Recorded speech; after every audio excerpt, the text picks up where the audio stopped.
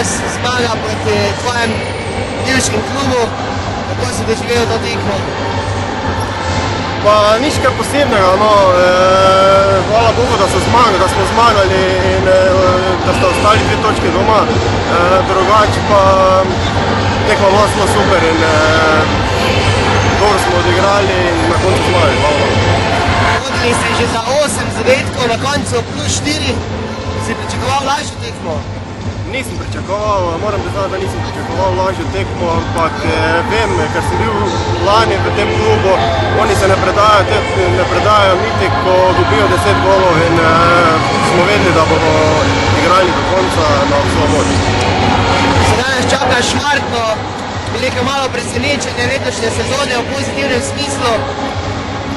Kako se pripravljate na to tekmo in ali je Maribor in poraz že preboljen?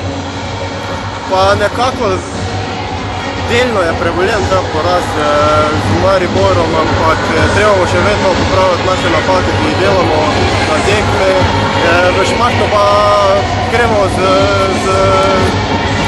na zmago in upam, da bomo na sebe nesli 2 točke. Čestitke še enkrat za zmago.